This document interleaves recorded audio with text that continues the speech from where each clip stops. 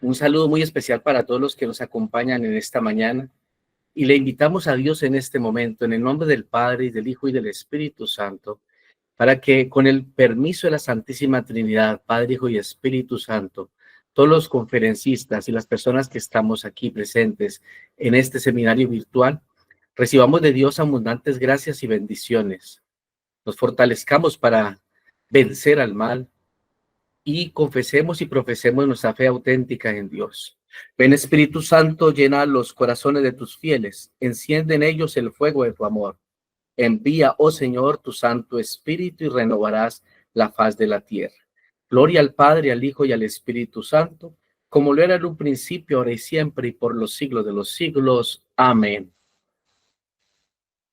Bien, queridos amigos y amigas que están presentes en esta mañana, les estoy llamando y en este momento comunicándome con ustedes desde el Ecuador, la ciudad de Santo Domingo. Desde el día de ayer, nuestro país entró en 14 horas de razonamiento de energía eléctrica. Teníamos 10.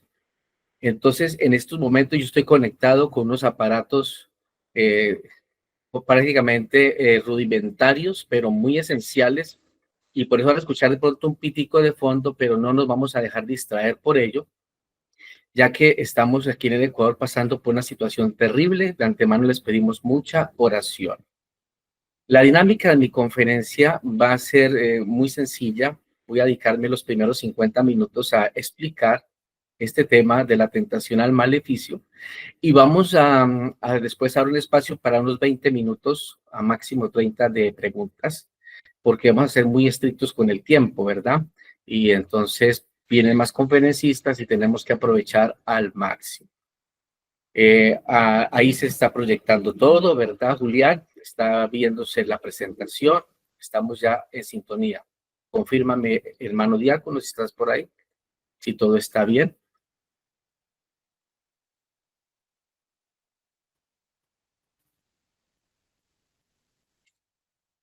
Parece que sí.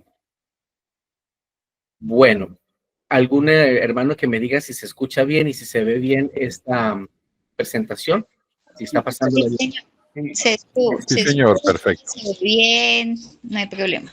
Muchas gracias. Bueno, vamos a dejar de lado estas cosas de la presentación y demás, eso lo podrán ver ustedes en los materiales que les vamos a aportar con el favor de Dios nuestro Señor. Vamos a tener estas memorias del seminario del día de hoy. Basta con decirles, para los que no me conocen, yo soy un arzobispo de la Congregación Sacerdotal Internacional. Tengo 21 años de ejercicio sacerdotal como presbítero, fui ordenado en el 2003 y actualmente como obispo 7 a casi 8 años. Mi rol en la congregación es ser el rector del Seminario San Próspero de Aquitania, y mi formación ante todo es bíblica, ecuménica y pedagógica. Trabajo como rector de un colegio aquí en Santo Domingo en la parte fiscal con el gobierno, pero a nivel de iglesia soy el rector del Seminario San Próspero de Aquitania, donde los estudiantes que van a ser sacerdotes y los sacerdotes que no han terminado sus estudios, pues completan su formación teológica y espiritual.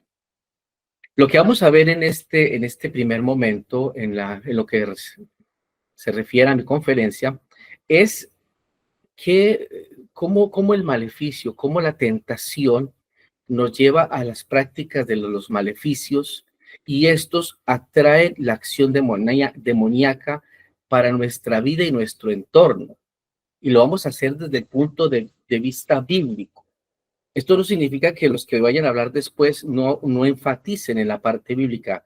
Todo lo contrario, la mayoría incluso hará sus alusiones a textos o pasajes, pero mi responsabilidad en este primer momento es indicarles desde la palabra de Dios, Antiguo y Nuevo Testamento, cómo la acción demoníaca está presente y cómo la tentación hace parte del origen del mal.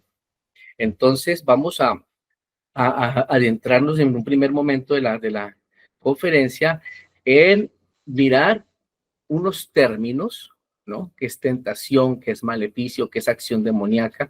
Alguna aproximación digámoslo así, de definición, del léxico, desde diferentes, digámoslo, contextos, ¿no? Lingüístico, teológico, espiritual, moral, lo que podamos aquí hacer como aproximación etimológica. Y después vamos a ver ya en contexto general 3 momentos de cómo vamos avanzando en la tentación, que es el primer paso, ¿no? A la práctica de los maleficios, que es como un segundo paso, para resultar imbuidos en la acción demoníaca. Esto es muy importante verlo desde este punto de vista para encontrarle una explicación, al menos desde el dato revelado desde la fe, porque la palabra de Dios es una explicación también, es una manera de entender lo que nos pasa.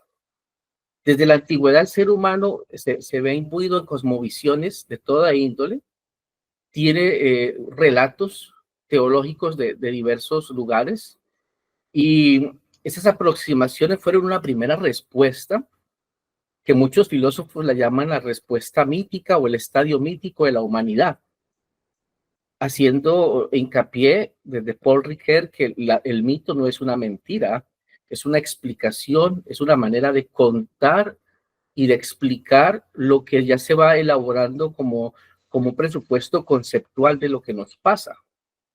Entonces, vamos a adentrarnos en los términos para decir qué es la tentación, qué es el maleficio, qué es la acción diabólica o demoníaca, y así tener como unas bases para ir entendiendo lo otro, la parte bíblica.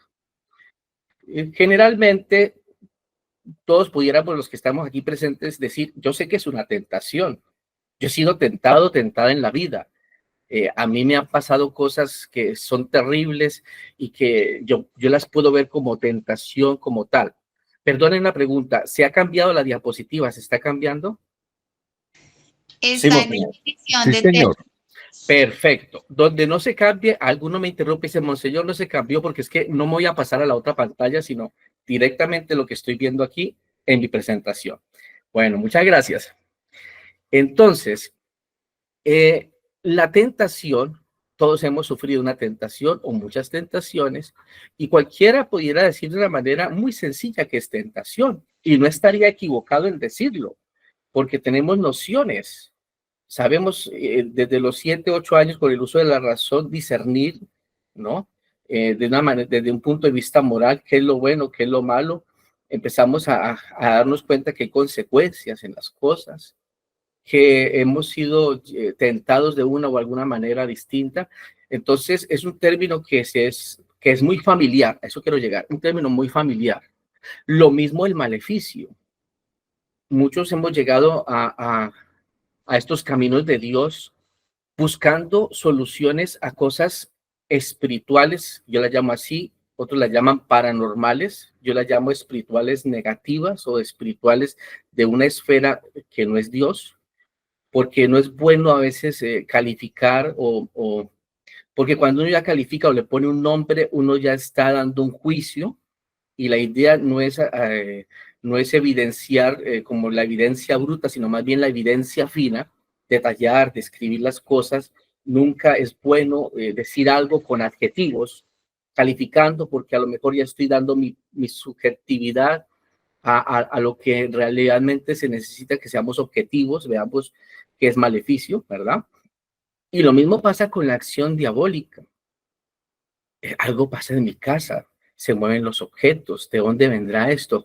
¿Qué origen tiene? ¿Alguien me podrá explicar? Entonces, estas cosas son términos muy comunes para nosotros en la sociedad, pero los confundimos, pero a lo mejor necesitamos de precisión. Insisto, mi precisión va a ser ante todo bíblica, con algunos elementos teológicos. No me voy a ahondar al campo moral, no voy a explicar qué es pecado y gracia, no me voy a ahondar a cosas que sean de ese orden, porque de eso irán a hablar otros o de eso en otro momento lo podremos hacer. Vamos a entrarnos en la tentación. ¿Sí? El diccionario de la Real Academia Española tiene unas definiciones muy claras, muy concretas, que nos ayudan a ver los conceptos desde la parte básica, de donde debemos empezar. ¿Sí? Para el diccionario es una instigación o un estímulo. Yo subrayo esas dos palabras, porque la instigación es como un acoso, algo permanente. Estamos totalmente acosados a hacer algo y prácticamente el fin de ese acoso es que yo diga sí. Y el estímulo también me lleva al sí. El estímulo ataca mis emociones en el sentido de que me despierta o me atrae. Entonces, desde este punto de vista semántico, una tentación es algo que está esperando un sí como respuesta, que difícilmente se va uno a negar. Y entonces te pone contra la espalda y la pared, porque es tanta la instigación, y son muchos los estímulos que uno pues no ve el por qué no. Para Karl Rahner y Paul Grimler, que son teólogos muy reconocidos, es una incitación al pecado. Es la instigación y el acoso más el estímulo que nos conduce al pecado. ¿Qué es pecado?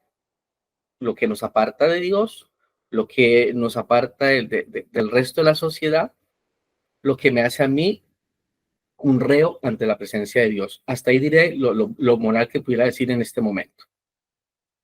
Tentación. Las preguntas las vamos a dejar hacia el final, en el espacio de los 25 minutos. En el latín es el lenguaje de la cristiandad, por llamarla posconciliar, desde Constantino en adelante, desde el siglo IV de nuestra existencia, la iglesia, el cristianismo, el catolicismo se ve atraído y se ve imbuido en el ambiente romano, y entonces todos los documentos, todo lo que serán tratado, la traducción de la Biblia al latín, la Vulgata, el idioma va a ser el latín, el idioma de la teología. Entonces, una palabra para hablar de tentación desde este idioma eclesiástico es tentare, probar, es poner a prueba. Entonces, mire cómo hay una gran diferencia entre lo semántico y entre lo moral.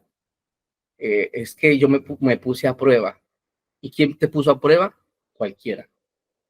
Incluso como se puede en el Antiguo Testamento, hasta Dios permite que a Job lo pongan a prueba. No hay una acción aquí todavía demoníaca expresada, no hay aquí un condicionamiento del bien o del mal, o de lo espiritual positivo, lo espiritual negativo. Simplemente tentare es una prueba. Un examen es una tentación, si lo quisiéramos ver desde ese punto de vista.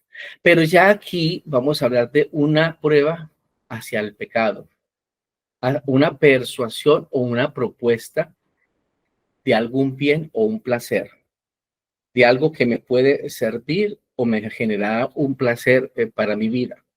Ya empieza un poquito el lenguaje teológico a tener una incidencia sobre el lenguaje bíblico, a condicionar la traducción de los términos de la Sagrada Escritura, a darle ya el matiz cristiano católico a lo que bíblicamente podemos hablar semita cristiano, porque el Antiguo y el Nuevo Testamento no se pueden, digamos, dejar encerrar en la cosmovisión o en la teología, perdón, católica cristiana. Eso va más allá. La Sagrada Escritura es la base, es el dato revelado. Y desde ese dato revelado partirán todas las concepciones teológicas habidas y por haber hasta el siglo presente. Ya dijimos que moralmente tentación es el pasito anterior al pecado. Las tentaciones como tal no proceden de Dios. Esta definición última no es tomada de ninguno de los autores, sino más bien es como una bisagra para lo que viene. Porque si nos vamos a entrar en la Biblia, queremos que concluyamos y nos quedemos con esto último. Dios no es el autor de la tentación. Él no necesita tentarnos para ponernos a prueba. No necesita tentarnos para comunicarse con nosotros. Desde el paraíso la comunicación con Dios es directa. Entonces, la tentación o las tentaciones no proceden jamás de Dios, porque no necesita ni motivarnos, ni instigarnos o acosarnos para que hagamos algo en su nombre. Para ello, vamos a ver qué es maleficio. Dejemos un poquito en remojo lo de tentación y adentrémonos al término de maleficio. Como el asunto aquí es bíblico, tenemos que remontarnos al concepto del mal en la Sagrada Escritura, no como categoría moral, sino como término bíblico, un término que se acuña para una narración, porque la Biblia es la revelación narrada, entonces necesitamos usar palabras que expresen lo que teológicamente queremos contar o narrar, o las verdades de fe que se están contando. Miren, malo es contrario a bueno. Siempre vamos a encontrar esa dicotomía en la Sagrada Escritura. Y en el Nuevo Testamento se van a emplear dos términos muy similares para hablar del bien y del mal. Kalos, por ejemplo, es bueno, mientras kakos es malo en griego. Ambas comienzan con la capa y alfa. Kalos, kalé, kalón, eso significa bueno. Y kakos significa malo. Pero esto tiene unos matices. Desde el punto de vista de los escritores que emplean estos términos en el Nuevo Testamento, no voy a tocar ahorita todavía el Antiguo, porque hay más palabras para expresar qué es el mal, qué es lo malo, qué es la maldad. De hecho, el Nuevo Testamento no empleará únicamente kakos para decir mal o bueno, perdón, para decir mal, ni kalos va a ser el único término para decir bueno en el Nuevo Testamento. Vamos a encontrar otras palabras que significan lo mismo. Yo las he puesto estas dos aquí como para que veamos que hasta lingüísticamente hay una similitud entre lo que es bueno y es malo. Y que nos podemos confundir. Y por eso hay muchos pasajes bíblicos donde a veces dice, y hago el mal que no quiero, o a veces pienso que estoy haciendo un bien y estoy haciendo un mal, porque parece que son dos acciones como tan parecidas, como tan nuestras, pero no es así. Este kakos aparece 50 veces en el Nuevo Testamento y sobre todo es más de la teología de San Pablo. Hay, como ustedes pueden ver, 26 veces él emplea este término, mientras que los evangelios sinópticos y el resto del Nuevo Testamento la usan 24 veces. Más del 50% San Pablo emplea esta palabra, que ya vamos a ver algunos matices de la misma. En cambio, poneros, perdón, en este sí es grave, poneros, es empleada 78 veces y prácticamente es como si la dividiéramos en tres tipos de empleo o de tres fuentes, mejor que las emplea, ¿no? San Mateo, 26 veces, y en esa misma cantidad, lo que es Lucas y Pablo, 13 y 13 darían 26, y el resto del Nuevo Testamento va a usar 26 veces esta palabra. Entonces, Mateo es un evangelio hebreo escrito para destinatarios del mundo judío, del mundo semita, que se hicieron cristianos. En cambio, Pablo escribe sus textos para cristianos que se vinieron del mundo pagano y que no tenían absolutamente nada que ver con el mundo judío, o a lo mejor sí, pero desde la diáspora tenían otro tipo de religión judía o una religión pagana. A eso les va a escribir San Pablo. Y entonces él empleará kakos, mientras que Mateo va a insistir más en poneros. Bien. ¿Qué es poneros? Lo que es contrario a Dios. Como adjetivo y como sustantivo hay unos matices en el término. Y esto lo quiero acentuar porque a veces usamos la palabra de Dios, traducimos las palabras como igual en nuestro lenguaje. Decimos, no, es que el amor de Dios es lo mismo que el amor humano, que el amor que le sentimos a las cosas, la pasión que sentimos por lo que hacemos. No, en el lenguaje bíblico, ¿cierto? El idioma que emplearon, en este caso los primeros cristianos, que fue el griego koiné, lo usaron no solamente porque querían llegar a otros tipos de culturas con esta palabra, sino porque habían expresiones y habían conocimientos que no eran totalmente expresados en su semitismo y en su lenguaje hebreo y arameo, y tenían que buscar otro tipo de lenguaje donde pudieran exprimir el significado de lo que querían transmitir.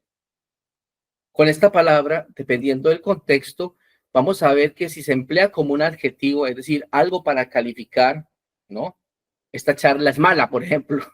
Esta ponencia ha sido la más mala de todas. Entonces, ahí le estamos usando como adjetivo el poneros. Y este adjetivo va a tener unos matices de acuerdo hacia las personas hacia las cuales se dirija. Desde el punto de vista de Jesús, los fariseos son malos porque se hacen cerrados de corazón, obcecados, son endurecidos, son ciegos y duros de corazón. Entonces, ellos son malos no por su naturaleza, sino por su forma de ser, ciega y obstinada. Entonces, no porque hayan nacido así, sino que prefieren serlo, cerrándose a otros conceptos, cerrándose a otras dimensiones de la fe. Los judíos perversos, es decir, el adjetivo poneros dicho a los judíos, perdón, dirigido hacia ellos, es porque la perversidad con la que ellos actúan frente a Jesús los hace malos. Una maldad llena de perversión. Los enemigos de Jesús a lo largo y contradictores a lo largo del Nuevo Testamento, vamos a ver que ellos son malos porque quieren ser perversos y malignos frente a la palabra que Dios está transmitiendo. Contrario a la bondad que Jesús emana, su maldad les hace ser perversos y malignos a la vez. Y los otros que son duros de corazón o están enfermos en su corazón, es la maldad espiritual, como lo va a mostrar Mateo 12:35 y sus paralelos, es porque hay personas que el poneros lo ponen aquí como un grado de maldad del pensamiento. Corazón en la Biblia es pensamiento, es el órgano de las ideas. Tienen pensamientos malos. No son malos en su acción, sino en su pensar. Un uso calificativo para malos es para hablar de la muchedumbre en contraposición de la oligarquía. En Hechos 17:5 hay un pasaje donde se refiere el autor sagrado, que es Lucas, a que la gente mala, los de la calle, estos, querían hacer algo contra los buenos apóstoles. Entonces, para calificar a la plebe, se usó el término poneros. Pero ya como sustantivo, ya vamos a hablar de la esencia del ser, de la persona. ¿Qué lo hace malo a ella por sí? La maldad que hay en su corazón. Lo malo no viene de afuera, sino dentro del hombre, de sus pensamientos, de su forma de ser, de racionar. Si lo usamos como un sustantivo neutro, es para hablar del mal en general.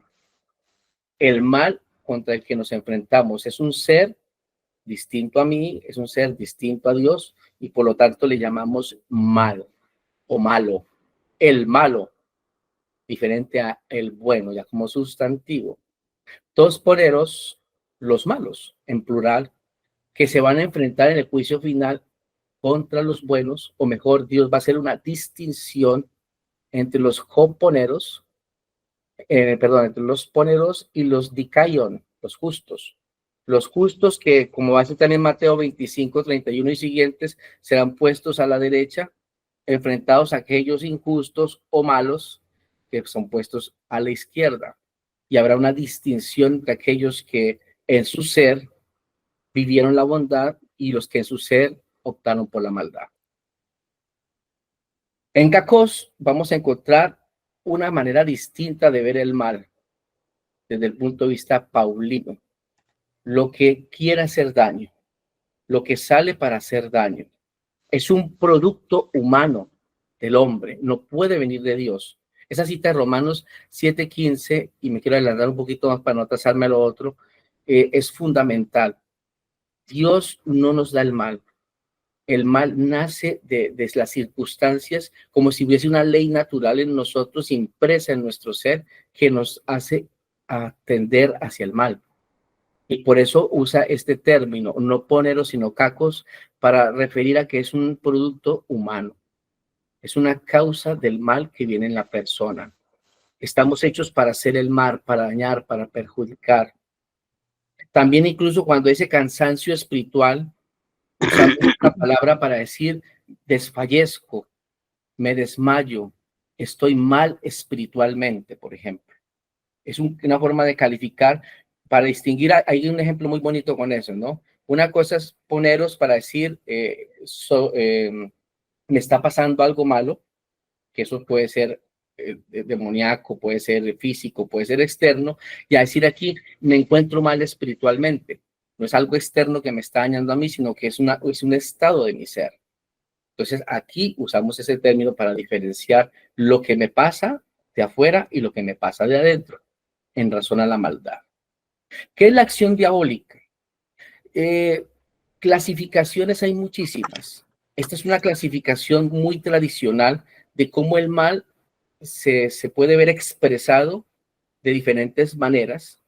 Y estas 4 son las más comunes: la infestación, la vejación, la obsesión y la posesión. Vamos a quedarnos con esos 4 términos en nuestra mente. Infestar es como se puede ver la más baja y poseer es la más alta, ¿no? La infestación es un ataque externo, es una contaminación, su sinónimo es contaminación de personas, lugares u objetos. La vejación es un ataque más directamente a la persona en su salud, en su ser, en el bienestar propio.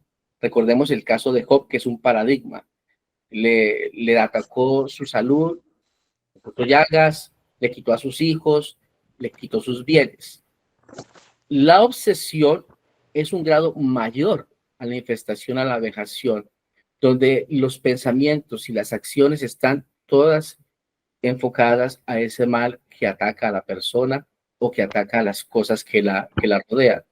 Y la posesión es la acción demoníaca más violenta en su estado máximo. Hay muchas descripciones de este fenómeno, pero también es la más rara de todas. Los casos posibles son muy poquitos, por decirlo así. Bien, con esos términos, vamos muy bien, hemos gastado un tiempo muy suficiente para ver que sí hay unas distinciones en lo que pensaba yo que era la tentación, en lo que pienso del maleficio como algo producto del mal, que viene del mal, que su raíz es el mal, y el mal ya lo hemos explicado desde los términos neotestamentarios, y los diferentes tipos de manifestación de lo que es el proceder demoníaco o maligno, ¿no? Vamos a ver ahora cómo esto lo aterrizamos desde la Sagrada Escritura. El primer paso es ver la tentación en su contexto original, ¿sí? En las hojitas que les voy a compartir van a estar los textos completos. Este de Génesis, del capítulo 3, del versículo 1 al 19, va a estar completico con todo lo que les estoy subrayando y explicando estas palabras y estas partes. Lo mismo el de Mateo 4, 1, 11. Miren algo que quiero hacer caer en cuenta. El Berichí, el principio, el primer libro de la escritura, es el que conocemos como Génesis. Y el primer libro del Nuevo Testamento es el que conocemos como Mateo. Y ambos son libros que inician o dan el principio de algo nuevo. El uno principia la creación y el otro principia la salvación. El uno es el origen de todo lo existente y el otro es el origen de la renovación de lo que existe. Ambos son semitas, ambos son del contexto judío. Ambos nacieron en una comunidad cuya forma de pensar y ver las cosas y de encontrarse con Dios y de celebrar a Dios es muy distinta a la de los demás pueblos, incluidos los nuestros. Y entonces este es el mundo de la Sagrada Escritura. Lo que se cuenta en el Génesis se le empieza a narrar 1000 años antes de Cristo. Comienza esta narración del Génesis, así como abreviándoles, ¿no? Desde unas 4 tradiciones, unos 4 documentos muy distintos: la sacerdotal, el eloísta, yavista y deuteronomista, que fueron procesualmente complementándose para contar la verdad de Dios desde los orígenes, el principio de todo lo que conocían ellos y lo que vamos a conocer. Y entonces, pero lo que están contando no es lo que encierra 1000 años antes de Cristo, sino que se van al inicio de todo, absolutamente de todo, a muchos eones atrás. En cambio, en Mateo comenzamos a ver la historia de la humanidad de este tiempo. La humanidad que de Jesús empieza a vivir otro tipo de humanidad, otro tipo de fe, una humanidad, por llamarlo así, usando las palabras más moderna en comparación a la que se nos está describiendo en el Génesis. Y entonces estos dos textos son fundamentales desde ese contexto. Ahora bien, cómo es de interesante ver lo que es la serpiente que aparece allí en el Génesis, dentro de la creación. La palabra Nahash en el hebreo, para hablar de serpiente, y Ophis en el idioma griego de los 70, de la Biblia de los 70, hablan de un ser, de un animal, de una bestia que estaba también con los demás animales creados. No tiene ninguna otra categoría estos términos. No se les ha condicionado como una realidad distinta a una realidad de la naturaleza. Son ambos términos para calificar a un animal. Un animal, así como hay el término para el hombre y la mujer, ¿no? El varón y la varona, que son hechos de la tierra, Isha, el hombre y la mujer, pues también así están los términos para hablar de la serpiente y los demás animales. Y ahí se nos presenta una escena donde la serpiente habla con la mujer y donde la serpiente está en un lugar concreto que es el jardín y donde va a haber una propuesta de la serpiente a la mujer que es una propuesta directa a ella e indirecta a su acompañante. En cambio, en Mateo vamos a encontrar a Jesús en otro lugar distinto, en el desierto, enfrentado al tentador, al diablo. ¿Por qué se va a hablar de que la serpiente o es la antigua serpiente a la que se enfrenta Jesús, que fue la misma que se enfrentó de pronto Génesis? Eso lo vamos a ir comprendiendo con la explicación que les voy a presentar aquí. Hay muchas representaciones. Esta de Miguel Ángel en la Capilla Sistina. Yo quiero que enfoquemos un poquito la mirada a esa representación de cómo la serpiente le está entregando algo a Eva y Adán está ahí presente, pero más que el detalle de las figuras que aparecen, es como una trinidad del mal.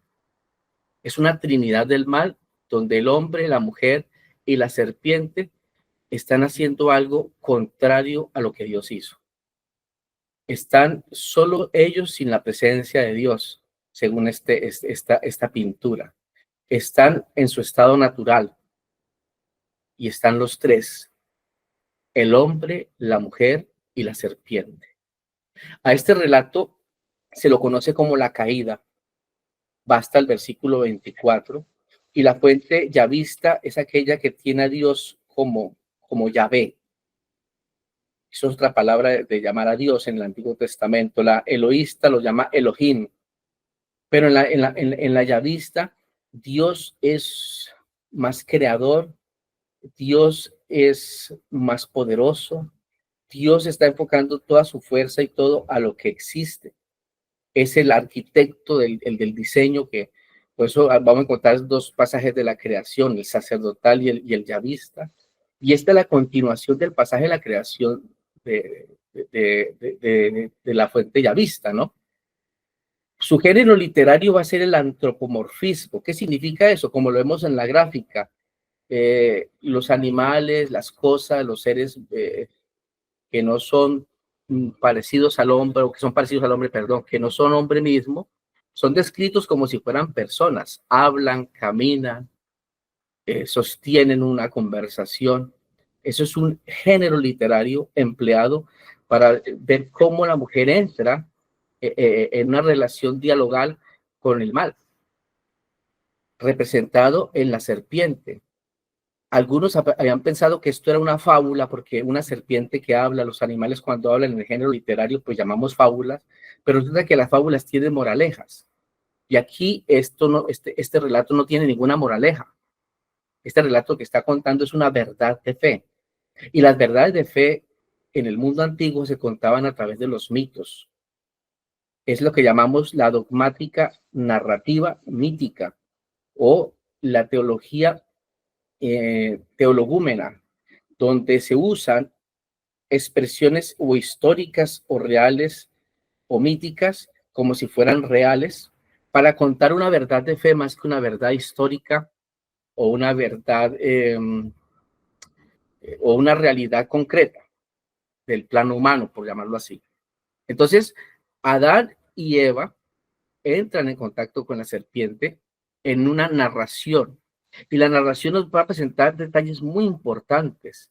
Por ejemplo, el lugar donde acontece esto es un paraíso lleno de vida, de tantas cosas que Dios le dio al hombre. El hombre, como lo que nos quiere decir, el hombre no necesitaba absolutamente nada porque Dios lo había dado todo. Y sucede en un contexto. En el capítulo 2 termina diciendo que al final Dios saca de la costilla de Adán a Eva y la hace una creación, una mujer, una compañera para él. E inmediatamente después de la creación de la mujer aparece la tentación. Y esto no es un asunto ni machista, ni feminista, ni nada por el estilo, sino es un asunto de contexto teológico. ¿Cuál es el contexto teológico? Dios le dio todo al hombre, absolutamente todo, y nada necesitaba. En 7 días creó el mundo.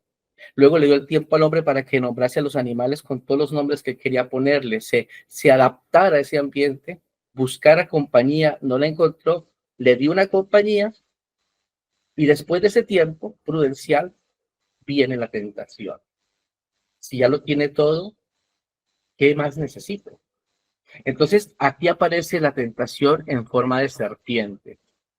El ropaje de la serpiente es un ropaje literario, porque quien realmente se le aparece al hombre es el mal. Y ese mal no es creación de Dios. Ese mal existe paralelamente a la realidad humana. Es cuando el mismo hombre siente en su deseo que no está completo, que todo lo que tiene no le es suficiente, que hay algo más allá de lo que él recibió que puede recibir.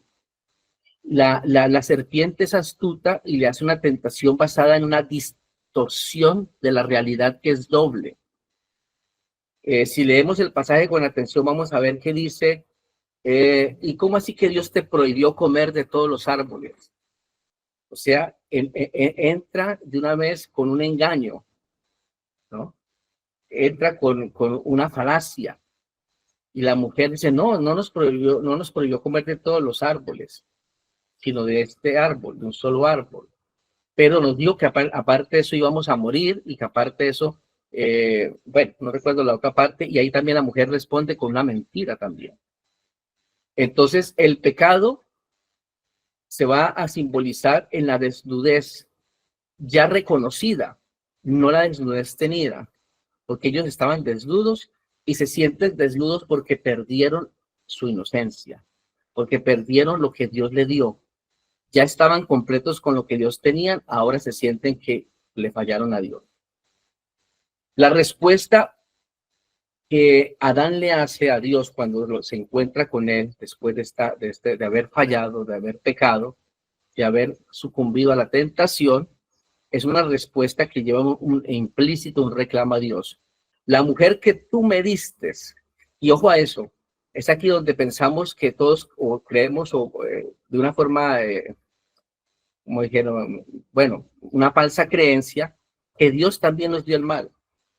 Y Adán está simbolizando esa falsa creencia de la humanidad que hasta ese momento pensaba que Dios había creado el mal. Y por eso dice, la mujer que tú me diste, ella me dio, como quien dice, de Dios vino esa tentación, esa mujer que iba a caer y a sucumbir y me iba a hacer caer a mí como hombre. Entonces aquí hay una respuesta justificativa del hecho. La consecuencia es que todos van a quedar sujetos a una maldición. Directamente la serpiente e indirectamente el hombre y la mujer. Porque la serpiente, quien los tenta, queda al margen de la creación. Dios no la hizo a ella. en el sentido de maldad, de maldadosas, sino que le había hecho a todos los animales, a cada uno con sus características propias. Pero hubo un momento en que la serpiente se une al hombre y a la mujer y cambia su naturaleza por su deseo, por querer saber qué es el bien y el mal, por pretender ser como Dios. Y termino ahí mostrando esa imagen nuevamente diciendo una trinidad del mal. Tres personas tres seres que no necesitaban pensar en otra cosa distinta porque Dios les había dado todo y deciden que querían algo más. En contraste, en el Nuevo Testamento, encontramos que a Jesús, una vez bautizado y llevado por el Espíritu al desierto, ya no estamos en el Edén, estamos en el desierto. Interesante. Ya no hay nada de vida ni vegetación, o lo que hay es toda hostilidad. Y aquí nos recuerda que el pecado tuvo la consecuencia de que fueron expulsados del paraíso. Y Jesús fue llevado por el Espíritu fuera del paraíso, al desierto, para que como ser humano experimentara el origen de la tentación, perdón. Esta experiencia para Jesús va a ser una experiencia que le va a marcar su misión. Y si él vence esa tentación, todo lo que venga en adelante será vencer. Se habla imprecisamente de las tentaciones y que Jesús tuvo 3 tentaciones, pero eso no es un término preciso. La tentación es una sola y tiene diferentes momentos. La tentación será en distintos momentos. A Jesús en el primer momento, los 40 días, fue tentado de 3 formas distintas. Pero a lo largo todo el tiempo fue tentado por Pedro, por ejemplo, en Mateo 16, cuando le dice, no, vea, tú no tienes que morir en la cruz. Y Jesús le dice, ponte detrás de mí, Satanás. O en el pasaje de todos los evangelios sinópticos, Marcos, Mateo y Lucas, cuando está orando antes de la muerte y pide a Dios que le quite ese cáliz, está la mano del tentador, como queriendo poner en duda el destino mesiánico de Jesús. Por eso la interpretación de este pasaje tiene que ser cristológico, mesiánico. Es decir, se está tentando a Jesús para que no asuma su rol de Mesías, para que rechace a ser el ungido de Dios. Hay otras 2 interpretaciones que son bien interesantes, la antropológica parenética, es decir, Jesús vence al tentador como hombre únicamente, no como Dios. Y como hombre nos enseña a toda la humanidad a decir, basta, no me tientes más, no me sigas acosando como tú sabes acosar. No me sigas deleitando con tus deleites. Aquí está la interpretación literaria donde dice que nada de esto pasó, que solamente es un recurso literario para enseñarnos a la humanidad que hasta el mismo Dios también es puesto a prueba por todas las criaturas. Recordemos que la serpiente después va a evolucionar ese concepto del mal y ya no será un solo ser demoníaco, sino muchos seres demoníacos, ángeles que también se rebelan, que también le dan la espalda a Dios, que caen de ese mundo espiritual al mundo terrenal y se convierten en legiones diabólicas. Entonces, aquí tenemos una representación literaria desde este punto de vista de la literaria representativa, donde se explican estas realidades que son realidades que nos sobrepasan. Perdón, ¿se está viendo? Sí, excelencia, se está viendo. Perfecto. Perfecto, muy bien. Vamos a continuar, que el pitico se me intensificó y me da miedo que se me apague. Entonces, ser tentado es la expresión que podemos deducir de los pasajes bíblicos presentados. Tanto en el Génesis como en el Nuevo Testamento se nos presenta que el ser humano va a ser un ser tentado. Que casi que decir ser humano es decir ser llamado a la tentación, abocado a querer algo más de lo que tiene, a no estar satisfecho con lo que posee, a desear la suerte de otro. Durante toda la vida el ser humano va a estar enfrentado a esa tentación y debe saber asumir lo que Dios le ha dado y espiritualmente buscar el recurso para rechazar al mal. Si Adán y Eva no tenían la esperanza mesiánica porque no la necesitaban, ellos estaban ya en un mundo, en un paraíso, no necesitaban ser salvados, pues la tentación los sacó de este contexto, los llevó de esa zona, que es una zona, como decir, entre comillas, de confort, a una zona de peligro. Pues después Jesús viene a traernos a nosotros la esperanza de que podemos salir de esa zona del peligro y vencer la tentación, vencer a esa antigua serpiente. Tanto en el Antiguo como en el Nuevo Testamento, la estrategia, el ardid del mal es ofrecernos algo más. A eso resumiríamos la tentación. A Adán y Eva, ustedes no tienen el conocimiento del bien y del mal, les ofrezco algo más. Jesús, usted está aquí como hombre y quiere ser el Mesías, le ofrezco una forma de ser el Mesías. Siempre va a haber esa oferta del mal.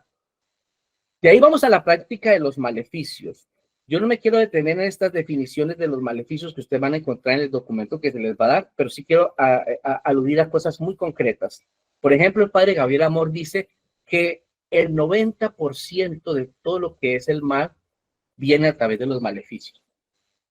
Todo lo que malo nos pasa, todas las invocaciones satánicas y demás, el 90% viene a través del maleficio. Un sinónimo de maleficio es la brujería. Brujería o maleficio, al menos desde este punto de vista que estoy explicando, es lo mismo y en la Biblia lo vamos a entender así. En la Vulgata se decía maledictio, que es maldecir. Es una maldición y hay 4 formas de que lo presenta. Proviene de Dios, proviene del hombre, porque Dios también en un momento maldijo al hombre y se arrepintió de eso, como dice en Génesis 8:21, ya me arrepentí de maldecir a la humanidad, no la volveré a destruir, pero también pone leyes donde aquellos que no cumplan esas leyes serán malditos y quienes las cumplan serán benditos. Eso lo vamos a encontrar en el Código Deuteronomista, el Deuteronomio capítulo 27 y 28. Vamos a encontrar las bendiciones y las maldiciones y qué cosas son malditas ante los ojos de Dios. Se les va a considerar abominaciones. Dedicar una cosa a Dios en la antigüedad también implicaba un anatema, una maldición. Se ha levantado este altar para Dios y maldito el que lo destruya, por ejemplo. Es como dar un ejemplo de que la maldición hacía parte del mundo semita. Es una forma particular de magia con el fin de hacer un daño, de atentar contra el prójimo. Y entonces vamos a ver cómo eso es una forma que se convierte en ritual, así sea básica. Va a tener 4 elementos que son iguales a los elementos de una bendición. Va a tener un vínculo, va a tener una intención, un propósito, una fórmula y un signo. Explico brevemente. El vínculo puede ser de sangre. Mire, una maldición de un padre o un hijo es de las más poderosas y difíciles de romper, porque hay un vínculo allí de sangre. Pero puede ver el vínculo de la unión marital, que también es un vínculo fuerte, o el vínculo del sacerdote o del pastor, el guía de una congregación hacia su pueblo. Eso sirve tanto para bendecir o para maldecir. Siempre hay que tener presente, ojo a eso, el vínculo. También la intención con lo que se lo haga. Hay aprendices de mago que lo hacen por joder, perdóname la expresión, por molestar. Dice, yo voy a decir estas palabras, a ver si funciona. No, si usted realmente tiene una convicción de lo que está haciendo, se va a hacer. Si usted cree poderosa y profundamente en lo que está realizando. Y esa intención la que conlleva el propósito, el motivo de lo que piensa hacer, o bendecir o maldecir. Y siempre va a emplear unas palabras claves, lo que llamamos el coloquial abracadabra. En la bendición, yo te bendigo en el nombre del Padre, del Hijo y del Espíritu.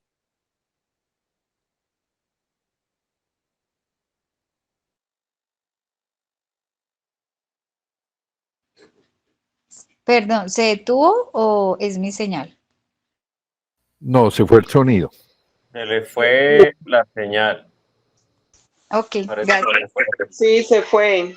Yo creo que se le puede ir la luz porque como allá en Ecuador, ahora el corte es de 14 horas, entonces se le puede ir la electricidad. Claro, entendemos. Sí, regálenos un momentico, por favor. Claro. Gracias.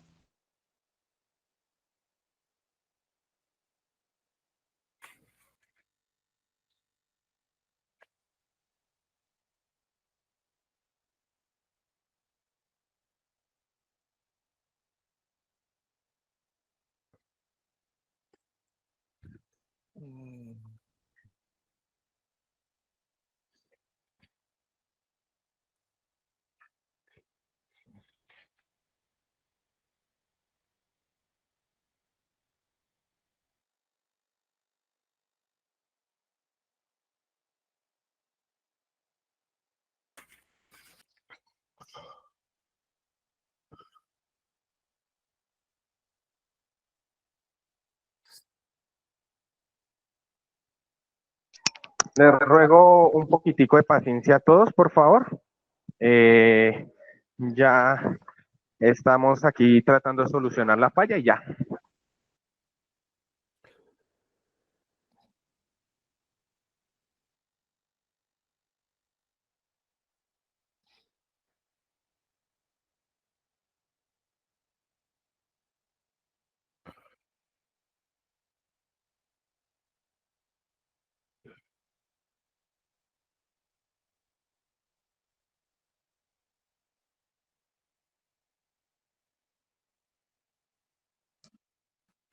Bueno, ¿me escuchan ahí? Sí, señor. Bueno, Sí, excelencia. hasta ahí nos llegó el Sí, aparato, la energía eléctrica de que teníamos aquí puesta para poder presentar y todo. Ahora estoy con mi teléfono, con los datos, y voy a entrar al espacio de las preguntas, de todas sus inquietudes, de este viraje que hicimos o más bien este viaje que hicimos por el mundo bíblico, no sin antes decirle lo siguiente. Miren, yo digo que en estas cosas, cuando se tratan de Dios y cuando se trata de desnudar al enemigo, pasan cosas terribles como las que estamos viviendo. Estos días he tenido unos ataques espirituales fuertes y cómo es que se nos aumenta desde justo el del día de ayer hasta hoy las 14 horas de corte de energía, de tenernos en tinieblas. Yo le decía anoche en la predicación a la gente donde estaba la Santa Eucaristía a oscura, les decía, miren, nos vino una pandemia y no entendimos lo que Dios quería comunicarnos. Ahora estamos en la oscuridad, en los apagones. ¿Qué más vendrá después? Son señales, son signos de los tiempos, decía el Evangelio de ayer en la lectura litúrgica. Si estamos nosotros abocados a algo que va a pasar, interpretemos esos signos de los tiempos. Y por eso les digo, cuando se trata de hablar de Dios, de las cosas espirituales y desnudar al enemigo, pasan esas cosas, pero Dios nos da los medios, las herramientas para vencer al mal. Bueno, cuénteme, lo bueno es que usted van a tener todo el material y ya me van a poder leer, encontrar más cosas y de pronto internamente después escribirme en un mensaje, preguntarme, decirme, Monseñor, esto no lo entendí, esto por qué está así. Van a encontrar unas presentaciones, unos análisis exegéticos de otros textos bíblicos, de una ejemplo de Saúl, que está en el libro de Samuel, perdón, que el rey Saúl va y busca a una nigromante, una mujer que canaliza, que habla con los muertos y invoca el espíritu del profeta Samuel. O sea, el rey Saúl cayendo en estas prácticas, ¿verdad? Entonces vamos a ver muchos ejemplos como esos de hombres y mujeres religiosos que sucumbieron a la maldición y también de la actualidad, y vamos a ver diferencias entre lo que es estar maldito y en lo que es estar bendito, etcétera, ¿no? Entonces, quiero darles este espacio para las preguntas. Cuéntenme qué inquietudes tienen, basados en lo que hemos expuesto o en alguna otra cosa distinta.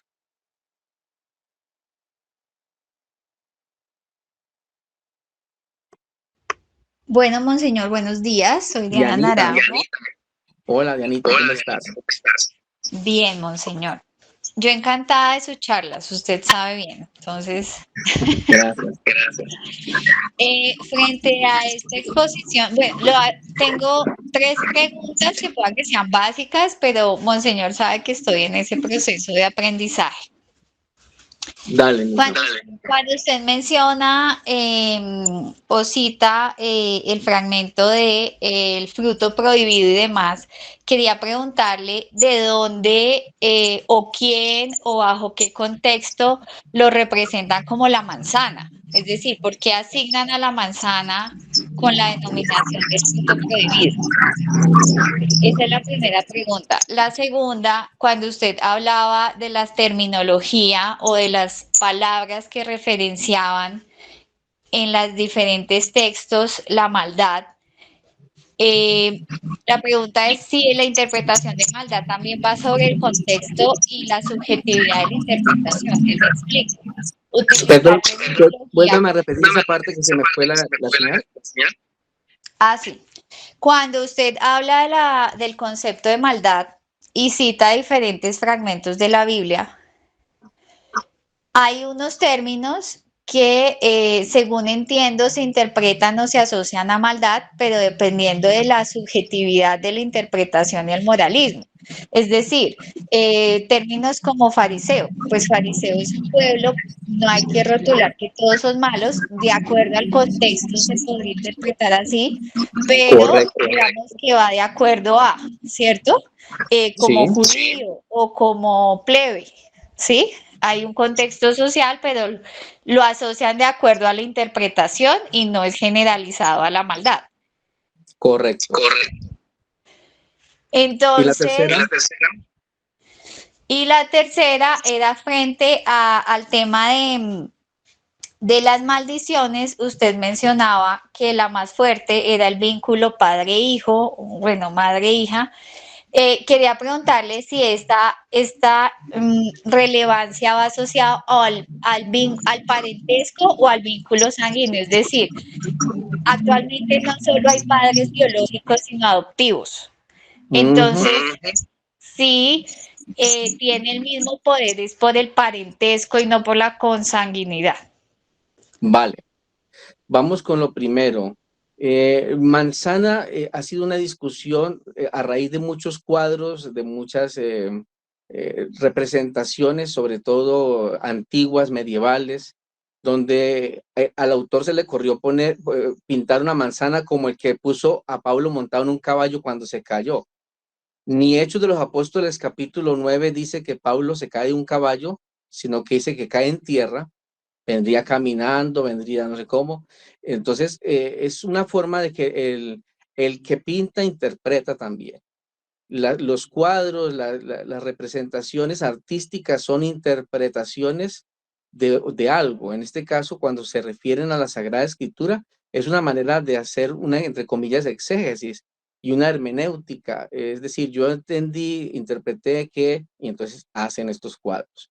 Pero jamás el texto bíblico habla de una manzana, habla de un fruto que Dios se reservó para sí. Es el significado real más bien de este fruto es el alimento que solamente los dioses pueden comer y que quienes lo coman van a pensar y a saber como los dioses. Tendrán conocimiento del bien y del mal, que era lo único que todavía el ser humano no poseía porque no lo necesitaba.